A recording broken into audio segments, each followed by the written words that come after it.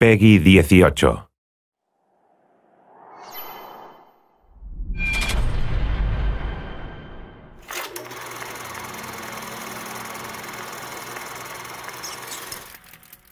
Look, the Boys of Silence, I love them because they're just creepy. I mean, first time I saw it, I think it's rarely this happens where I just see a concept and I'm like, oh my God, we have to do that, we have to do that. He was spec'd pretty early, and so the concept went in pretty early, and Ken fell in love with the concept instantly.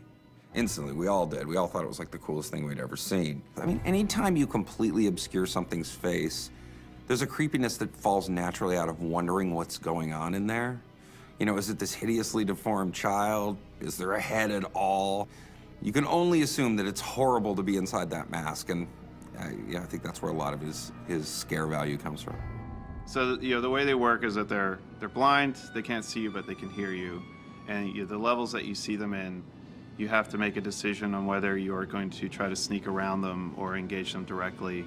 But if you anger them, they can call in backup. Their purpose in the world is that they're sort of, I mean, think of the cameras from BioShock 1, but think of them walking around and moving and looking for you.